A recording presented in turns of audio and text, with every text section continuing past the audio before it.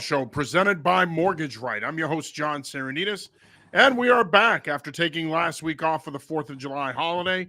As always, I'm joined by my partners, Kevin Stone and Adam Kirchen.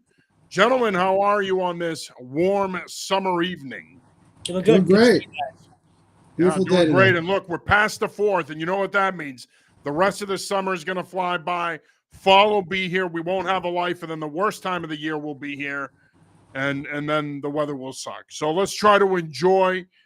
It's early July still. I keep telling myself that. Let's try to enjoy the weather as best we can because before you know it, we'll be wearing jackets again, and that sucks. Sweatshirts are even worse. I hate sweatshirts. So there you go.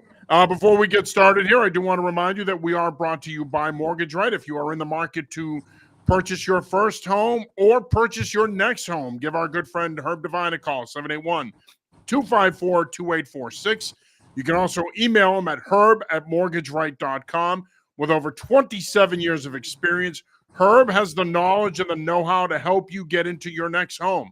If you're looking for an experienced loan officer who understands the process, is up to date with all the laws and regulations, knows what's going on with interest rates in the market, then Herb Devine is your guy. Again, give him a call at 781-254-2846.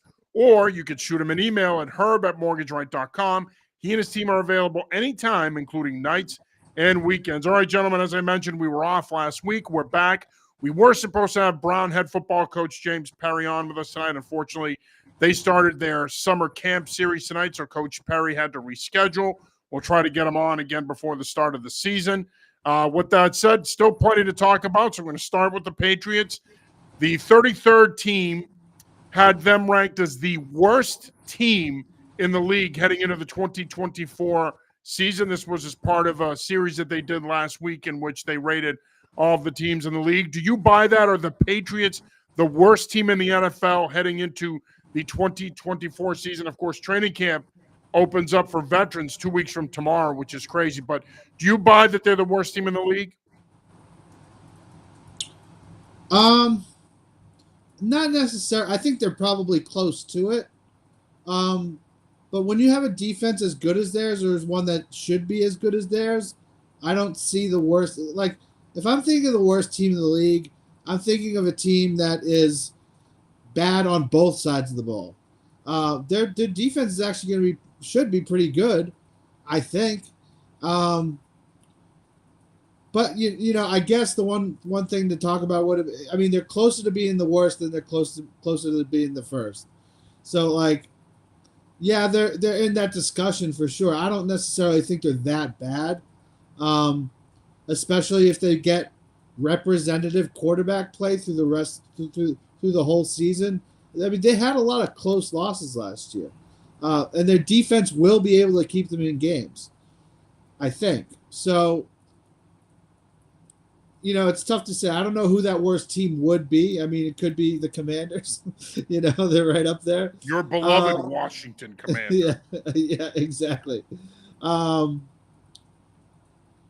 I don't know. I still think the Bears are pretty bad. But again, a lot of this depends on their quarterback play, and we don't really know what they're going to get there. Yeah, Adam, I'm with you. With that defense, it's hard to say they're bottom, 3 or 5 teams.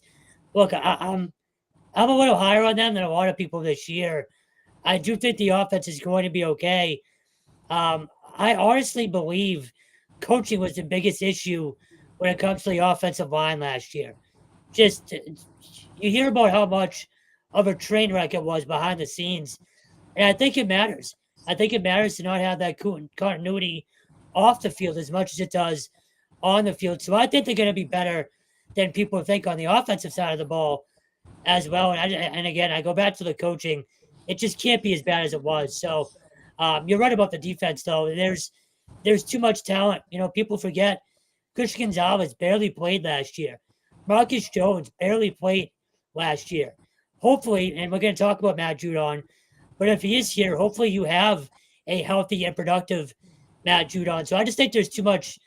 Look, they don't have a ton of talent, but I think they're talented enough to be a representative team. And Adam, you mentioned it, they lost a lot of close games. They easily could have been at least in the discussion for the playoffs last year. So No, I don't think they're that bad.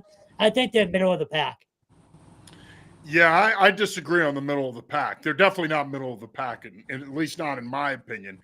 I don't think they're the worst team in the league, but they're, to Adam's point, they're much closer to being the worst team in the league than obviously being one of the best teams in the league. I still think Arizona and Carolina are worse off than them.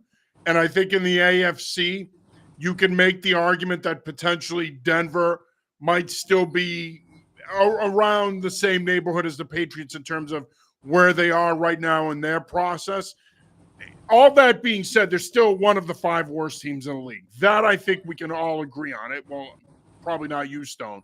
But I think Adam and I, at the very least, agree on that they're probably one of the 5 worst teams in the league. But to say that they're the worst team in the league when their defense played at a top 10 level last year, really they have the last 2 years, when their defense played as well as they did, when you look at how they've reimagined things this offseason offensively, they've brought in some talent offensively, both in free agency and the draft. They drafted Drake May.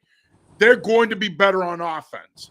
All of that being said, I still think they're in a better place right now than the Carolina Panthers, who I believe are the worst team in the league. And even though they made a bunch of moves, I still think Bryce Young is unproven. We don't really know what he's going to be. They're hoping that newly hired Dave Canellis can fix him and get him on track and get him to play like the number 1 overall pick. But I don't see it with him, and I don't care what Canellis does with him. I don't think he's going to be that guy, and I think Carolina's going to be bad for a while. So for me, when I look at this from an objective standpoint, taking out of the equation that we cover the Patriots, I just think that Carolina and Arizona are worse than the Patriots right now. I would probably have the Patriots as the 30th team in the NFL right now. They're one of the 3 to 5 worst teams in the league. I would agree with it. But I also do agree with you, Kevin, in that they could surprise people this year. If the defense plays well, if the offense gets off to a good start and plays well throughout the season, limits the turnovers, develops Drake May, he probably plays at some point.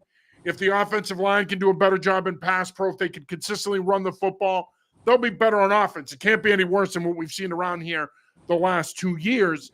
But to say that they're the worst team in the league, I think that's a bunch of bull crap. I don't buy it. I think that Arizona and Carolina are worse. Now, Stone, you have a pretty strong take on Matthew Judon. You mentioned him, and I want to shift gears and talk about Judon. He's kind of been cryptic on social media here the last couple of weeks. Of course, it's no secret. He's going into the last year of his contract. He wants a new deal. You had a pretty strong take here before we went live in terms of what you think they should do with Matthew Judon. Yeah, I tweeted this out the other day, too, when he was being cryptic. I think it might have been on the 4th of July, if I remember right. It might have been that morning or that afternoon. But look, he wants a new deal. I get it. Most talented guys do when they think they deserve it. He's due, I believe, 6.5 this year, and that was after a restructuring last year when he sat out. Was it minicamp? He sat out. He didn't sit out. Well, don't forget they gave him a raise last year. That's what I mean. Yeah. So, look, is he a big part of this team? 100%. This defense isn't nearly as good without him. But we also have to remember he's tailed off the last 2 years. After that November, sort of December line, he hasn't been the same guy. And obviously last year he was out. So, but more so the year before, he faded down the stretch. So, look, I think he gets traded between now and camp. I could be obviously wicked wrong, and it wouldn't be the first time. It won't be the last. But I just think if Mayo's trying to talk about and instill this new culture, and this isn't to say that Judon would be a locker room problem, but if you can get rid of that problem, I think you might. So I wouldn't be surprised if he's not here come training camp. If he is, and if he stays healthy, well, then you probably have to pay him. So I wouldn't be surprised if he's gone, but they're going to need him if they're going to be what I think they are, and what I think we all think they can be on defense. Excuse me, you need him. I just don't know if it's worth keeping him around if he's going to be a contract headache. So that's the hot take. But I don't really think it's that much of a hot take. I've seen it mentioned elsewhere. He's a candidate to be traded. It's that type of deal that happens a lot this time of year. It happened more under Belichick than maybe some other franchises. But I don't know. I just wouldn't be surprised if he's not here when we're at training camp on the 24th. It's a really interesting idea, and it does make sense. I'm just curious what you think they would be looking to get back in a deal like that. What could they like realistically get? So is the second rounder too much? Yeah, Probably, way right? too much. Yeah, So that third or ain't fourth? happening. Third or fourth? Yeah, I maybe? mean, you could Maybe- probably maybe you get a fourth. That's probably the highest pick you'd get for him. Maybe a fourth and a sixth, or a fourth and a seventh, and you get that, and you ship him out along with a pick, a later Yeah. sixth or a seventh in return. Yeah, I just feel like if again, I don't want them to do this, but if he's going to Maybe you get that one team that still thinks that he can play at a high level and can be a 12 to 15 sack guy, you might be able to convince that team out there that wants that extra pass rusher. You might be able to convince them to give you a third round pick, but I'd be surprised. Yeah, Adam, just to answer your question, ultimately, whatever you can get, you're not yard selling him though. But Right. just in general, again, I feel like if he's going to make this a problem, you don't need that right now. You have enough to worry about in that locker room. I don't, but I just want to go back to something you said though. Yeah, I think you're making it more of a problem than it is, in my opinion. very And possible. the reason I say that is because I do think he's valuable. I think they need him both from a locker room standpoint and an on-field production standpoint. Yeah, So I this do too. idea that Mayo's trying to develop this culture and somehow Judon would run counter to that culture, I think is a strong take. Do I think he wants a new contract? Yes. I'm sure if you ask Jabril Peppers, he's going to be a free agent after this year. He would love another contract here too. But I think that if you're the Patriots, and when you look at the way they've operated this offseason, you would almost think the opposite, that they're going to pay him, that they're going to take care of him, because they've taken care of their own guys all offseason, which we're going to get into here in a minute. Now, I do agree with you that I think Judon is tricky given his age, given the injuries coming off of. I don't necessarily agree with you that his production tailed off when he was healthy, but I do think that if you do re-sign him, it's probably a short deal. It's probably a 2-year deal with an option, and you're probably going to have to pay him $22 million. You're probably looking at about 12 to 14 million a year. So let's say, 20 to 24 million dollars over a 2-year deal with an option, something like that. I think if you can get him for something like that, I think you should want him back, because I think he is going to be one of the veteran leaders that they're going to lean on, that they're going to count on. He's embraced that role since he came here in 2021. But I also think the other thing is, when he's healthy, I still think he's going to be your best pass rusher, and I think he's going to be pretty damn productive. So I'm not too quick to run him out of town. I think he's too valuable a piece to do that. I'd be shocked if they traded him. I think that they're going to at least bring him back and let him play it out. If he opts to sit out, let's say, then that's on him. Then you never know. They may end up moving him, but I don't see it. Kirk, I'm going to bounce it back to you here for your thoughts. I just think it's an interesting idea. Like, I think he's an important guy to have back, just because you don't have a lot of really great players as it is, and if you have him, you want to keep him. And again, look, when you have a good pass rusher in the NFL, it's a good thing to hold on to him. But I think it's an interesting idea, especially if they could maybe get something back that would be interesting. But I like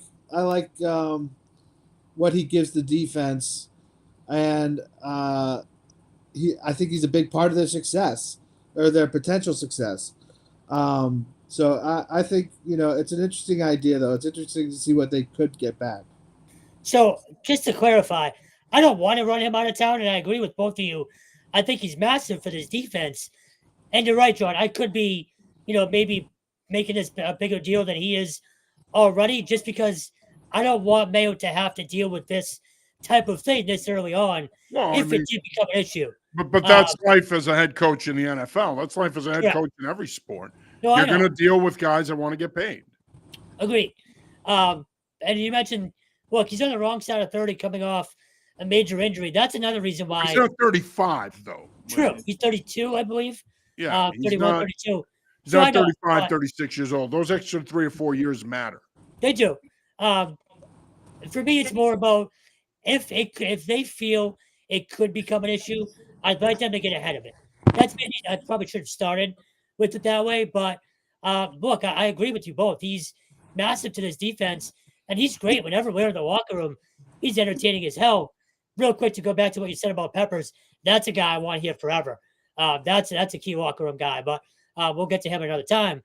But again, I'm with you. I do think he's very, very valuable. It's just I hope it's not something that ends up being an issue, especially if he does sit out. I'm not running him out of town by any means. Well, you're not running him out of town per se, but I mean, you keep intimating that he's going to become a problem, and I don't see that. I don't. I hope he's not. Right. I don't think he will be, but just in case. And I don't think he'll be a problem. And I also think, though, if you're Gerard Mayo, well, welcome to life as a head coach. You're going to have guys. Look, not every guy that's in that locker room to start training camp in 2 weeks is going to buy in. There's going to be guys that aren't going to buy in. There's going to be guys, and every guy in that locker room ultimately cares about one thing, themselves. Yes, they could sit there and tell us until they're blue in the face that the team comes first, but they got to get theirs, okay? And that's human nature. So at the end of the day, you can't fault Judon if his attitude is, well, I'm a valuable part of this defense. They rely on me. I want to get paid, or I want to be compensated for what I mean to this team and my production. You can't fault him for that. And if, in fact, he does go to them in the next couple of weeks and says, hey, my expectation is I want to get paid or else I'm going to sit out, which he did last year, by the way. If you remember at the beginning of camp last year, he wasn't practicing until they gave him that bump in pay. So, he could do that again. I would tend to think, given the way that they've operated this offseason, I would tend to think that Wolf might want to get ahead of it and give him a deal. Try to strike a deal with him and get him in the fold for at least the next couple of years and lock him in so that they can turn this thing around. I wouldn't be surprised if this goes completely the other way from what you think it could go, and they pay him. Now, what they pay him remains to be seen, which brings me to my next question. What are your thoughts on them investing? And we've talked about this throughout the offseason, but what are your thoughts on them investing so much on their own guys? It's a strategy that a lot of people outside the organization have questioned. Some have ridiculed it. They don't understand why you would invest so much in guys that were a part of a 4-13 team last year. What are your thoughts on that? Does that concern you that they've spent so much money this offseason? The latest example being Ramondre Stevenson a couple of weeks ago.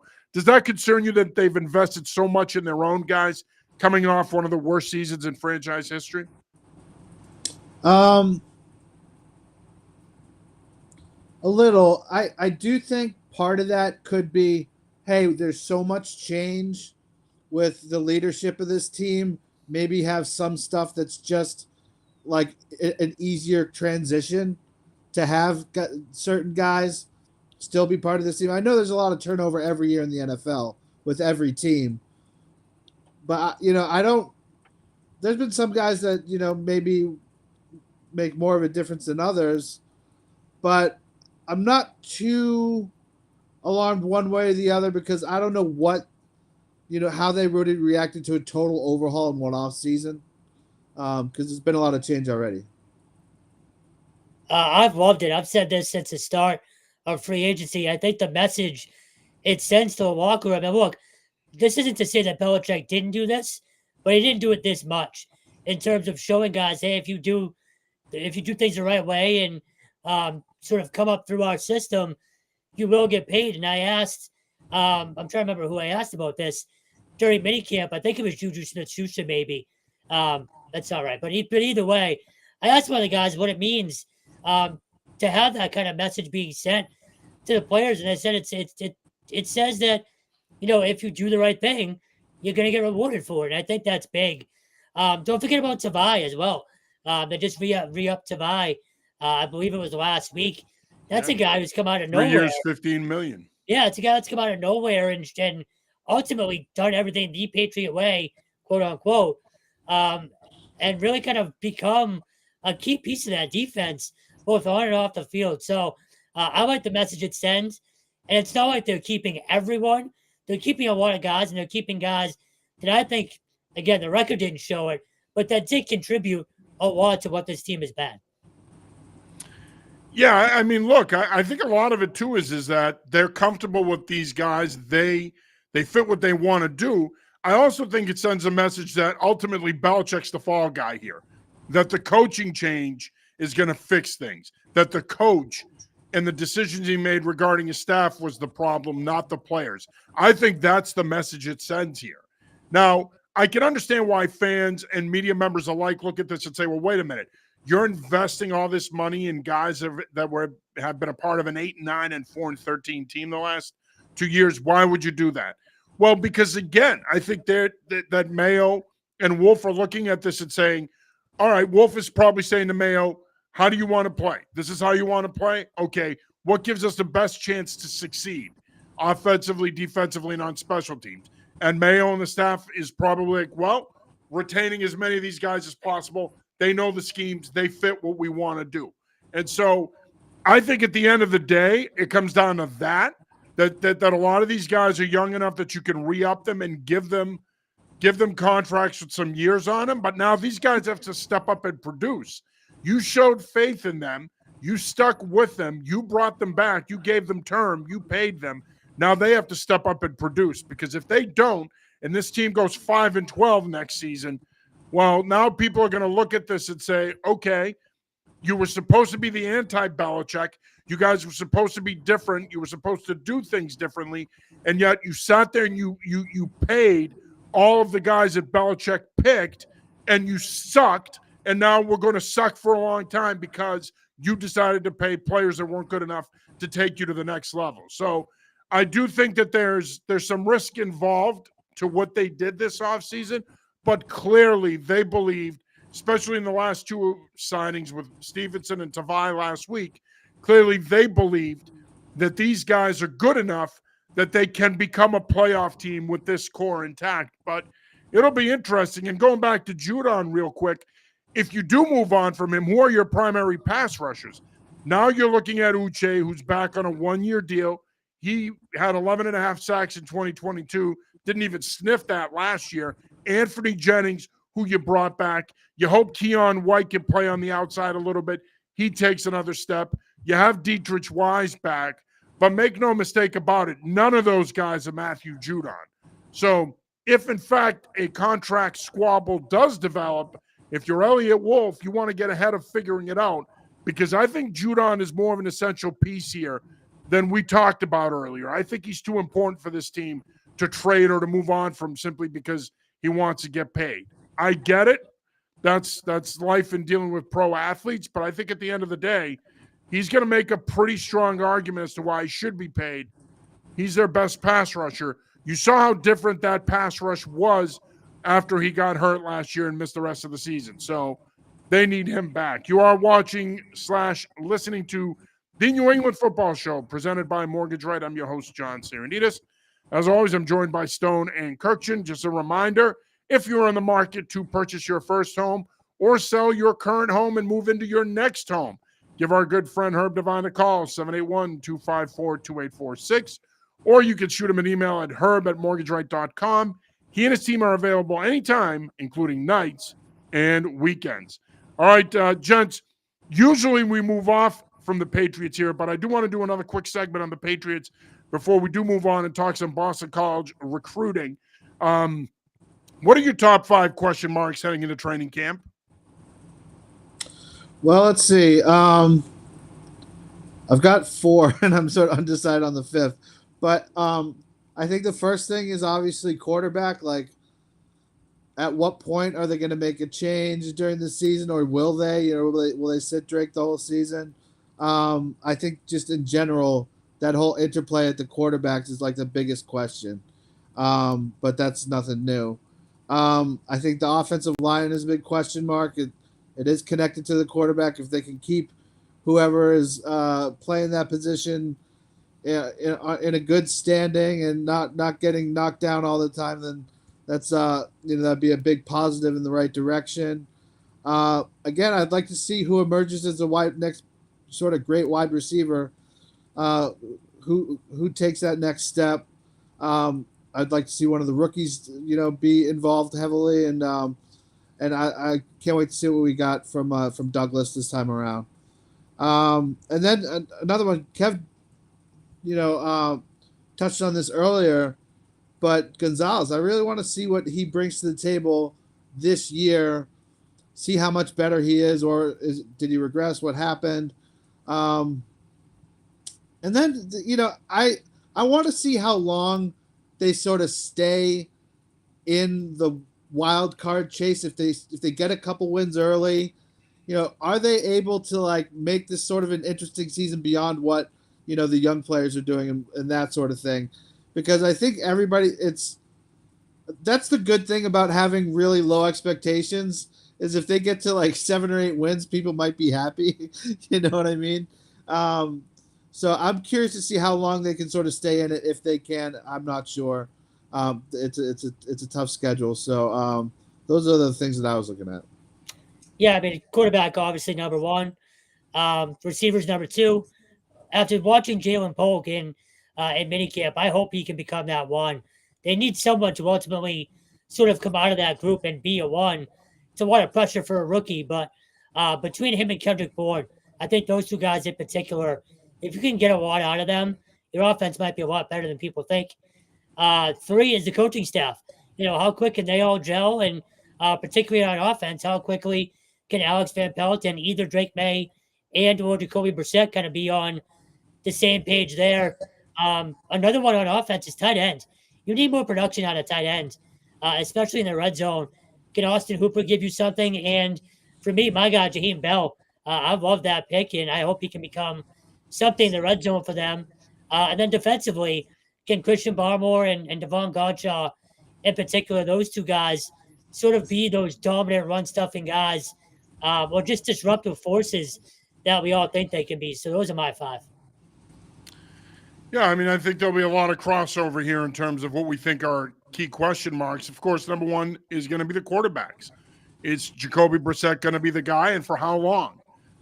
If Drake May has a good camp, could he potentially be the starter coming out of training camp? I guess we're not going to find out until we watch them practice and play in the preseason, but those are legitimate questions when it comes to the quarterback position. One has to assume Jacoby Brissett's going to be the guy, at least to start. But I still think, and I've said this since they drafted him, I still think that Drake May is going to play at some point this season, whether it's right out of the gate, whether it's early, whether it's after week 14. I think he plays ultimately at some point.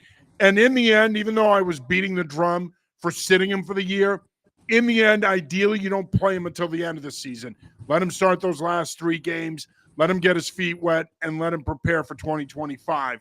Now, if Jacoby Brissett ends up your starter, he's playing well, you're in the playoff hunt, you might be able to sit May for the year, let him marinate a little, and then be your guy in 2025. But I do think he plays this year ultimately. I think the second question mark for me is the offensive coaching staff. This offense needs to be better. They were putrid the last 2 years. They were awful in 2022 under Matt Patricia. They were even worse last year under Bill O'Brien, which is hard to believe. They need to be exponentially better. There's going to be a lot of pressure on Van Pelt, a lot of pressure on Ben McAdoo, a lot of pressure on T.C. McCartney to develop May and the young quarterbacks. I think, to me, what it comes down to is they need to show marked improvement offensively. If they don't, and they struggle right out of the gate, and that struggle continues, remember, they have a pretty tough schedule to open the season. I think a lot of people are going to question the Van Pelt hire and what they're doing, but they need to show that they are going to do a good job with this group and get this offense on track, because as we've talked about, it's been awful the last 2 years. Your third biggest question mark for me is Mayo as a head coach. He's going to be a rookie head coach.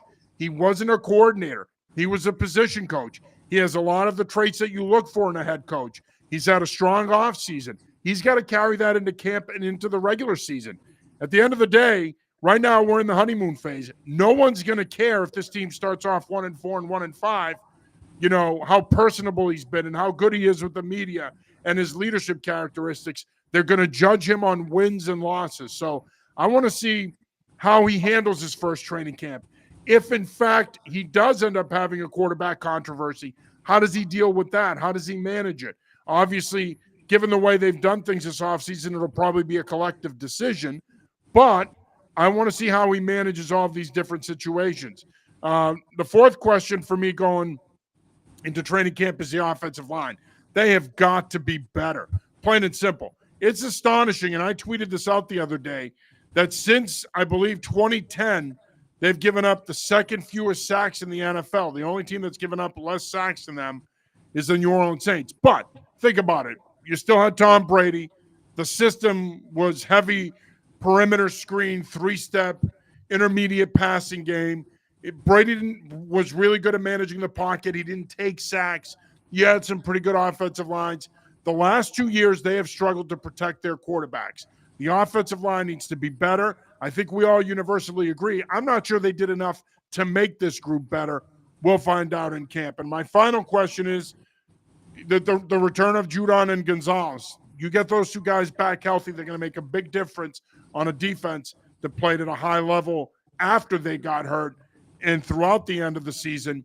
That defense needs to pick up where they left off. They're going to carry the water, if you will, here for a while. It's going to be good to have Judon and Gonzalez back. It's going to be – I'm curious to see what they're going to look like in camp, assuming Judon doesn't try to hold out again. All right, let's shift gears here now and talk some college football. Boston College been pretty busy on the recruiting trail the past month. I want to talk about that. I also want to get into Hardy Watts and his commitment to Wisconsin. Kevin, you were there last Monday for that. But, Stone, you've been all over Boston College and their recruiting efforts here since the end of spring ball. I think it's safe to say you're a little bit more excited about what they've done than me and Kirchen. We're going to give you the floor first because I want you to tell us and the Boston College football faithful out there why they should be excited about what they've done so far in recruiting. I'm going to keep it short just because I know you guys are far more passionate about this than I am. But listen. Look, I don't want you to keep this like your stature. I want you to be. So uncalled for. Well, you can make a width joke then. Make a weight joke. Counter me. Come back. Punch back, man. Go ahead. No, look, they've been extremely busy, and I think it's 14, maybe 15 commitments for the class of 2025. And for me, it's 5 from Georgia. That's what stands out. And now, look, these aren't 4 and 5 star guys. I don't know if BC is ever going to get 4 and 5 star guys. Adam, you've covered them longer than I have. You can tell me. They did under Jeff Hafley. I know, but they got a few 4-star guys. I know, and that completely screws my argument here. But it's the fact that these kids, Bill O'Brien has been there for what, 4 months now, 5 months, and you guys have seen the, 6. So, the hashtag commit to Bill O'Brien. The fact that national recruits are buying into what they're selling this early is surprising to me, and I think it speaks volumes about what they're doing. Look, we talked a lot with Hafley's staff about the experience they had. They had a lot. This staff has, experience times 10 compared to that staff, at least NFL experience. And Bill O'Brien in particular has serious experience compared to what Hafley did and compared to what Hafley could sell to these kids. So I think it's important that on the national level, there are kids with Georgia offers and Georgia Tech offers and Ohio State offers, committing to Bill O'Brien. And again, it's also important that we realize in today's day and age, these kids can easily decommit tomorrow. With the transfer portal, these kids that are committing now as 2025s, they could be gone within months. So that's important to kind of keep in mind in today's transfer portal world. But I do think on the national level, some of the kids that they're getting, and I don't follow Georgia high school football, I can't tell you that these kids are going to be, superstars. But I do think it's important that other recruits in other areas are seeing these kids commit to what they're selling already. And again, I completely understand that A, these kids might not be as good as we all think they are, or that, these recruiting sites rank them as, and B, they might not be here. But for the time being, for the amount of time that this staff has been here, which isn't very long, I think it's important that they're getting these commitments. I know you guys feel differently, but Oh, just way differently. yeah, no, I know, but just in general, I feel like it's, if nothing else, it's more positive momentum heading into the regular season. I guess I don't know. I feel like I was expecting a little bit more in terms of like like we're talking about. You don't want to put too much thought into the ranking systems and stuff like that, because like one thing that I like so far about how they've been is that like they seem to be, they're not just sort of throwing offers out there wherever. Like they seem to be doing their homework on all these guys. I just thought, Halfley got here. He was doing a little bit better in terms of guys, in terms of where they were rated in those recruiting services. You got to put some amount of trust into those guys because that's what they do for a living. So, but I do feel like at this point, it is good to just get these guys in.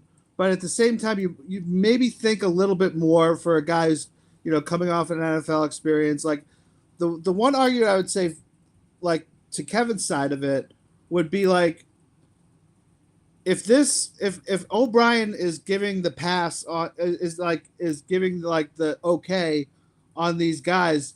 Well, I mean, the guy has been coaching at a pretty high level over the years, so maybe what he's looking for is more accurate than what we say. But again, I did sort of expect a little bit more, but he is still early on the job in terms of his job at BC. And more is coming. I think the number one sort of the number one thing that would be good is if they started like really winning games in the fall. And then that's the ultimate, come to BC, we're gonna win. I mean, that's where you get the best players, are the ones where they're at a school that really wins. And so I think in that space, in that idea is, if they start winning games, then the bigger recruits will come. And I think that's really what you're hoping for. But I just don't know if we can be celebrating yet. It's still really early in the process. I do, look, I think the guys that O'Brien wants are going to be good players, but you just wonder, like, could they have held out for something else? A couple of things for me. One, Boston College is still tough to recruit to. Okay, high academic standards. They're not going to compete in the world of NIL. And O'Brien made that very clear when he took the job, that it's going to be about character guys that want to come to Boston College, that are going to value not only the Boston College experience, but the Boston College degree. Now, they have NIL money to play with, and they're going to get into the conversation with some guys in the portal. They'll be able to get guys in the portal, and they'll be able to pay them, but they're not going to be able to pay them at the level of a Georgia, an Alabama, an Ohio State, or an Oregon. That's a given. And they don't want to operate that way anyway. Like I said, O'Brien has made that pretty clear. I will say this, though. My issue is, okay, it's early, so I can live with these 3-star recruits. The problem I have is, and again, I think a lot of Boston College coaches in the past, going all the way back to Cowboy Jack Bicknell, a lot of Boston College coaches in the past have put themselves in a corner by saying, we want to build a fence around the region and keep all our top kids here. Well, you got to start getting some of the kids around here. It's great that you're getting 3-star quarterbacks from California and 3-star athletes from Georgia, and 3-star athletes from Oklahoma. But at the end of the day, there's 3-star guys here, and you got to get a couple of them. And so I know that they're going to recruit nationally, and look, Jeff Affley did the same thing. Obviously, Steve Adazio did the same thing. They're going to do it too, and they're probably going to go even a little further than those guys did. But I think at the end of the day, you got to start getting some of these local guys too. It's great that you're locking down all these national 2 and 3 star guys, but start getting a couple of the guys in your own backyard. It's early, so I'm willing to give them the benefit of the doubt. So far, they haven't necessarily been able to prove that they can do that. Okay. And the other thing I would say is don't put your eggs in the Catholic Conference basket.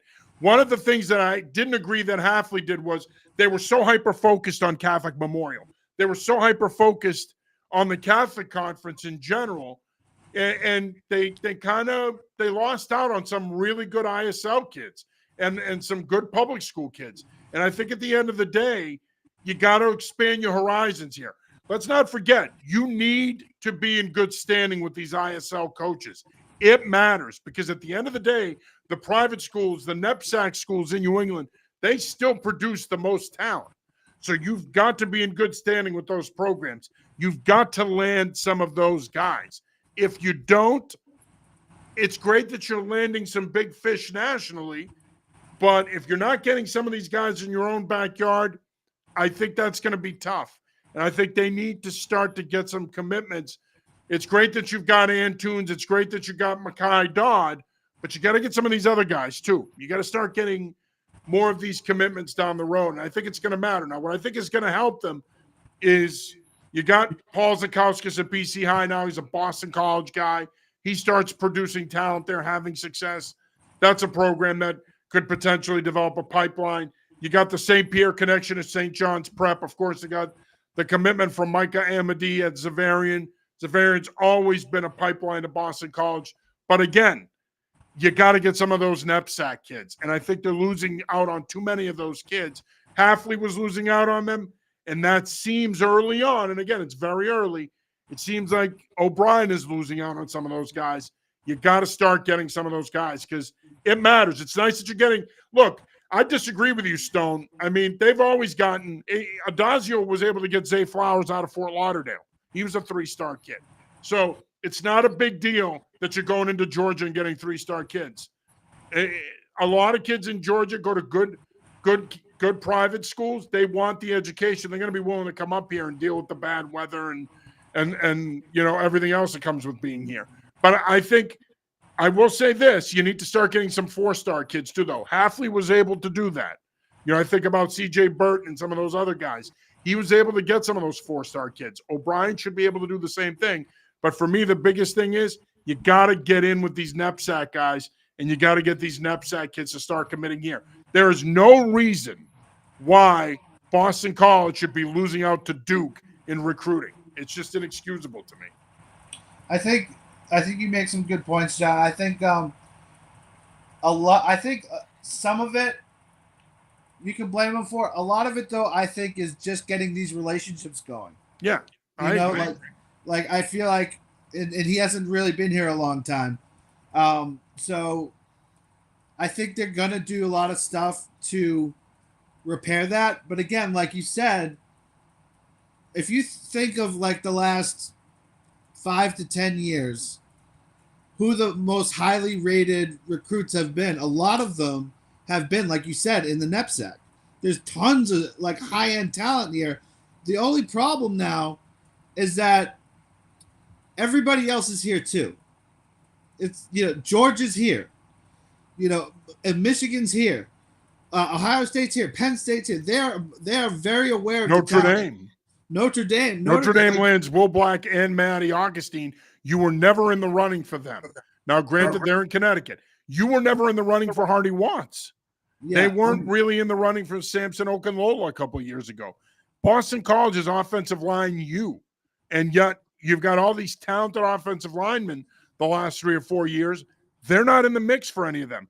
They were never – Zach Zinter never really seriously considered them. Like, that's got to change. I think it's just a matter of building these relationships with the coaches, relationships with the kids. As soon as you unearth a guy who you think is going to be a major prospect, then you start building that relationship, and that's really, it's time, because I don't, you know, Halfley did a pretty good job of it here, but also like I think some of the coaches I've talked to said he was really starting to get it towards the end in terms of who he offered young, who he offered often, like all this stuff that like Hafley was starting to really get it. And he came like in a really difficult situation with COVID and everything like that. So and he wasn't and look, he wasn't from Massachusetts. He wasn't from Connecticut. He had to learn how to I think if you are a coach at BC, it isn't an easy area to get your sort of plans down for, because there's so many different elements.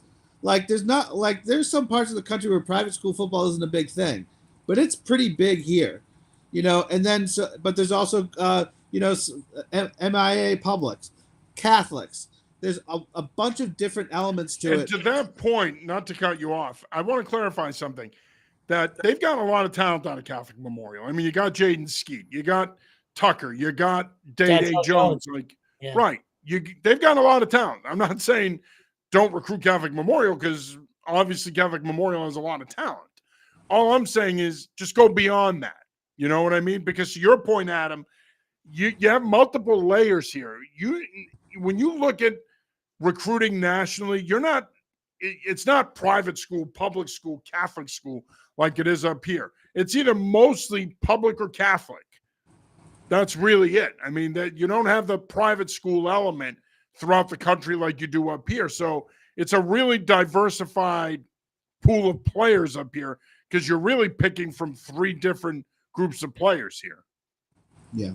It takes some getting used to. Even though O'Brien's from around here, it still takes some getting used to, because it's very different than it was 20 years ago.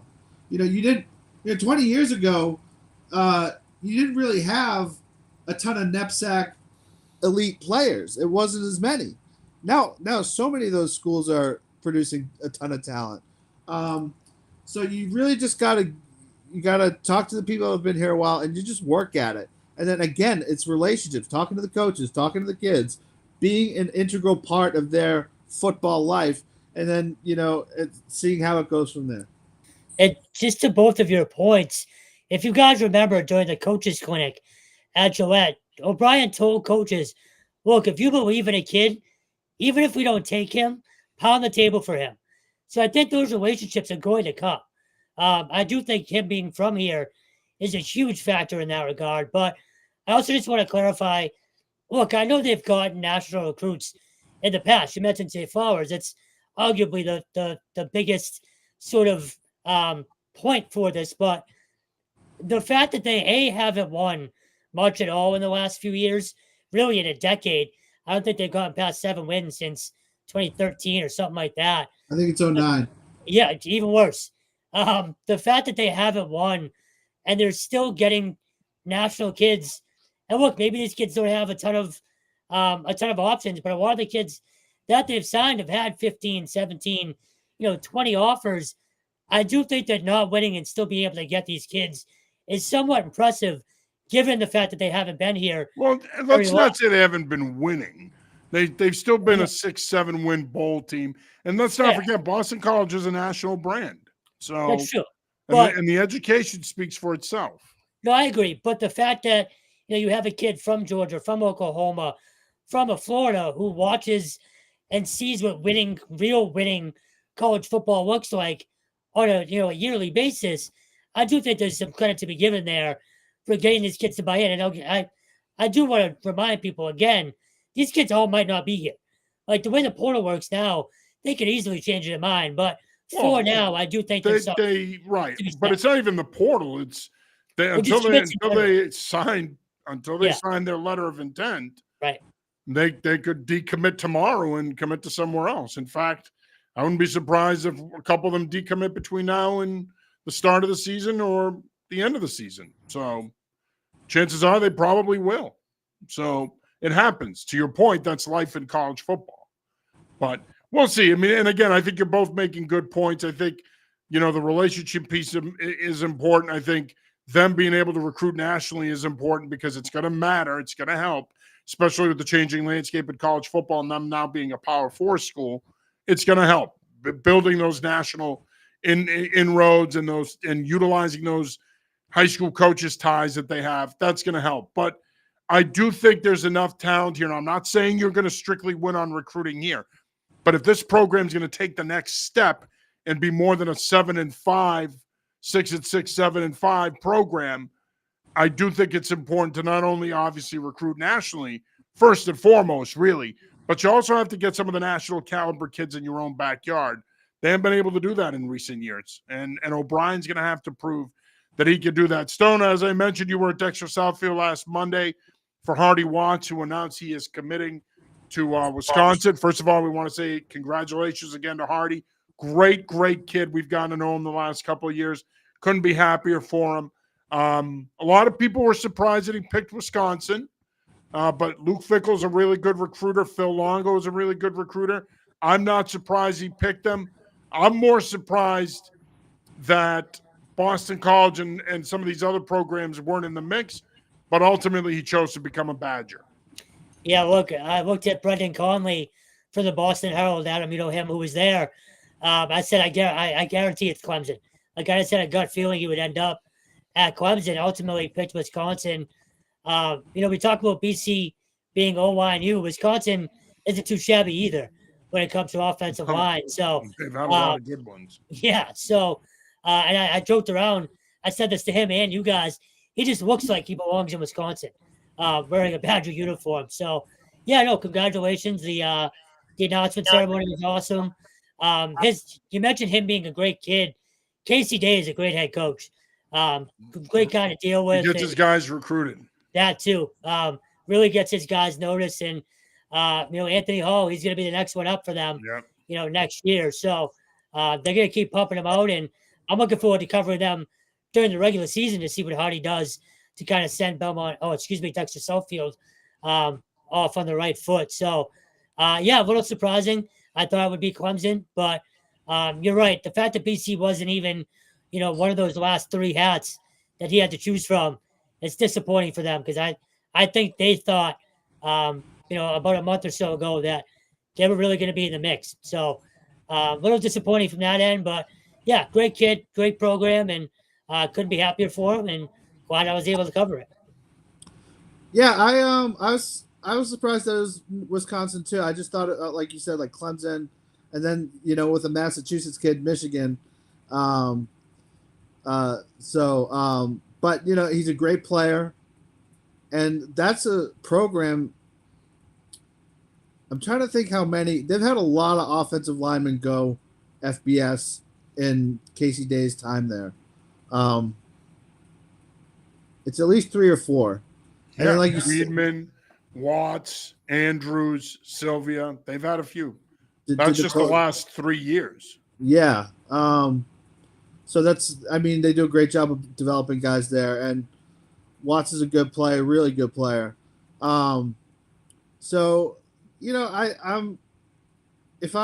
I'm any school, I'd be glad to go to Dexter to get an offensive lineman because they've had a lot of great ones over the years. And Hall, like you said, is going to be a very big recruit too. He's already got a ton of big offers. So it's sort of like a one-stop shop. So I'm happy for Hardy. I think he's going to have a great college career. And like you guys said, Wisconsin's had some great linemen over the years. They always seem to have like the really tall guys too, like the 6'8", 6. They get them in the NFL, which I think matters. Yeah, and so I think Hardy's going to do really well there. Yeah, I agree. No, absolutely. All right, let's jump into our final segment here for the last couple minutes. Talk a little bit of high school football. Of course, the high school football season is around the corner. We got the Northeast 7-on-7 kicking off this weekend at Zavarian, and of course, they have their North region. I know, Kirkshin, you're excited about that. That's always one of your favorite covers of the year. We've got some passing tournaments going on up in Maine. We've got passing tournaments in Connecticut and New Hampshire as well. So high school football season's around the corner as well. We're about 6 weeks away from the start of high school football season. And Adam, you wrote a pretty interesting piece this week on anyfootballjournal.com about your top 10 out-of-state matchups. We're seeing more and more out-of-state matchups here in New England now, which I love it. I love seeing I do too. The love seeing the top programs in the different states in the region play each other. There's a lot more matchups than this, and we're going to get into them, and we're going to cover some of these games. But just your thoughts on your top 10. What are your 3 favorite matchups on this list? Well, I just got to say, we can certainly give you ours as well. I just first have to say I was doing it off a database that has some schedules, but it doesn't have every schedule. So if there's a team that has a really good one that fell off, I'm sorry if I didn't see it. But for me, the top 3 that I had, number 1, I had Cardinal Hayes at Catholic Memorial on September 7th. Cardinal Hayes won the New York. They do it like a state Catholic championship where it's downstate and upstate kind of. And they beat the team that Catholic Memorial beat last year and they're playing again, St. Francis. But Cardinal Hayes is great. I talked to some people that sort of a knowledge of their talent. They said Cardinal Hayes is nasty this year. They'll be very good. They have a quarterback. I forget his name. They have a really good quarterback who's committed to Syracuse. So I actually might make CM a slight underdog in that game. Then the second one, which could have been number 1, I mean, like could go back and forth. Iona Prep at Springfield Central. Last year, Iona Prep beat Central 31-14. Was one of 2 losses for Springfield Central on the year. Both of these teams are returning a lot. Like Iona Prep is if not the best team in New York coming in preseason, maybe number 2. And then Central, we know what they've got. They're going to be very good this year. So both of those games between New York and Massachusetts games are awesome. I think really fun games. And then for the number 3 one I had was Londonderry, New Hampshire at St. John's Prep. I think the Prep is going to be a pretty heavy favorite, but I just think Londonderry is sort of building and getting better every year. They're good up front, and I think hopefully this could be a competitive game. But I think Prep is definitely the favorite here. But Londonderry, as you know, last year beat Chelmsford pretty good, and I think will be heard from as one of the top 3 to top 5 teams in New Hampshire this year. Yeah, no, Jimmy Lazon's done a great job there, by the way. I mean, I covered that game against Hendricken down in Rhode Island a couple of years ago. Terrific game. Hendricken pulled away in the second half. But as you mentioned, they beat Chelmsford last year. I think this is a great test for them. And St. John's Prep needs games. I mean, they're playing Londonderry. They're going to play LaSalle again. That's another matchup to watch in terms of out-of-state matchups. But, no, I agree with you. Londonderry has some talent up front that'll allow them to compete in this game. Stone, go ahead. So I didn't know you were going to go there. First one's obviously, Adam, you said Cardinal Hayes and CM right off the bat. It's a very entertaining game and a big matchup, sort of a statement game early on there. Just going through Londonderry and I should have been more prepared. LaSalle and Prep as well. I know Prep probably is a heavy favorite there, but you never know. That same week, Cumberland, Rhode Island at Reading too. I think that's a good one. And then for me, Cumberland's going to be pretty good. I've seen them in person this offseason. They're in D1 now in Rhode Island. They're going to be a factor. They'll be one of the better public school programs in Rhode Island this year. And then for me, the third one is in October, weekend of the 10th to the 12th. Hendricken at Barnstable. I think that has a chance to be a shootout. Again, we don't know really health of these teams or anything like that at this point, but on paper, I feel like that could be a high-scoring game. But just the out-of-state games in general, you guys are right. It feels like there's more of them, and I feel like there needs to be more of them. We always talk about because of scheduling. I mean, especially the Catholic schools, they can't get games. Right. They have and just in general, we always talk about, what if this team played that team? We need to start seeing more of those actually happen, especially in New England. Like you guys mentioned how quickly the season's coming. I saw something today. Hawaii's regular season starts August 8th.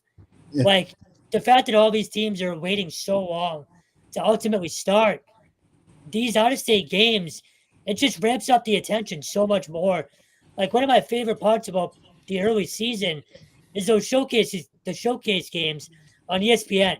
Like those first few weekends, we've always said, man, it would be cool to see Massachusetts or Rhode Island or New Hampshire on there. This is the closest thing we have is these out-of-state matchups for us. So there needs to be more of them, and I think there needs to be more of them earlier in the season as well. Yeah, no, I agree. I'm intrigued by Hendricken's schedule. Don't forget they also play Greenwich and Fairfield Prep in Connecticut. So those two games will be interesting. You mentioned, Kevin, they're playing at Barnstable. That'll be an interesting game. And then there's a couple of other games that are very intriguing. You mentioned Cumberland and Reading. I think North Kingstown going to Westfield, that'll be an intriguing matchup as well. There's a bunch of games. I mean, and then another one is Central out of Providence playing Milton.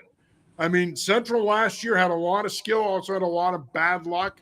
But Mike Washington's a terrific coach. They acquitted themselves very well in the Northeast 7-on-7 last summer. That could end up being a shootout. That could end up being a really good game. So it's great to see. I'd like to see more Massachusetts Connecticut matchups because I still think they're the two best states in the region in terms of high school football. We're getting a lot of Rhode Island, Massachusetts, some New Hampshire, Massachusetts, but I would love to see some Massachusetts Connecticut. Heck, I wouldn't mind seeing some Northern Massachusetts, Southern Maine matchups. So you're going to get a bunch of Maine, New Hampshire, Vermont, New Hampshire matchups, but I want to see more Massachusetts, Connecticut. I think they're the two best high school football states in the region. Let's get more schools from those states playing each other. I don't think we're getting enough of that. I think Connecticut is willing to venture into Rhode Island. I'm not sure that the Connecticut schools want to play Massachusetts schools, and vice versa. I'm not sure the Massachusetts schools want to play them either. So what we'll I've been what I've been told about that is that the Connecticut playoffs and ratings, it hurts you more. An out-of-state loss hurts you more than if it was a different system. So I think that the playoff system itself kind of hinders those Massachusetts Connecticut games. That's just what I've been told. I don't know how true that is. No, I think there's some validity to that. Absolutely. And you could even say the same thing here in Massachusetts as well. All right, gentlemen, final thoughts here before we wrap it up. It's getting here. I'm psyched for 7-on-7 season to get going. It's always a great way to just catch up with coaches. Take the temperature on how they feel about their teams, and the 7-on-7 stuff. It's a lot of fun for the kids. It's a good team bonding experience, and it's a lot of fun. The Renegades are in another conference championship game this Saturday night at undefeated Pittsburgh. Usually Boston would be hosting this game the last 5, 6, 7 years, whatever it is. But a win puts them back in the national championship game, which would put them one win away from a 6th straight title. I don't care what sport you're in. The fact you have a chance to go to a 6th straight championship, very impressive. So I think they kick off at 6 p.m. on Saturday night. Go Renegades. Yeah, and the Massachusetts Pirates were able to clinch a playoff spot in the IFL playoffs last week with a home win over Quad City, but they lost this weekend down in San Antonio to the Gunslingers for the second time in 3 weeks. They're currently 8-7. They got a couple of games left here, and then it's playoff time. They still have an outside shot, I believe, if they win out to potentially host. If they do, our plan is to cover the playoff game if, in fact, they do host one at Songus Arena. But Pirates 8-7. Couple of losses to a very good San Antonio team, number one offense in the IFL for the Gunslingers. They've been a tough matchup. It's been a tough year for the Pirates defensively. They've had week-to-week shuffling, a lot of new faces in and out. Former Boston College standout Jaden Woodbay is playing for them now. They've had some veteran NFL guys with NFL experience end of last season like Matt Elam, a couple of those other guys come through. But in talking to Patrick Pass, they just haven't had a consistent group of guys week in and week out defensively for Rod Miller's squad, and that's proven to be a problem. But they're in the playoffs, and you know what the old adage is: once you get into the tournament, anything can happen. Who knows? They've been one of the best teams in the IFL the last 4 years. All you got to do is get in. Once you get in, with that offense, Alejandro Benefield, that receiving core, Jimmy Robinson, and running back, I mean, they could score points. If they can get in, they can make a run. But that'll do it for this week's episode of the New England Football Show.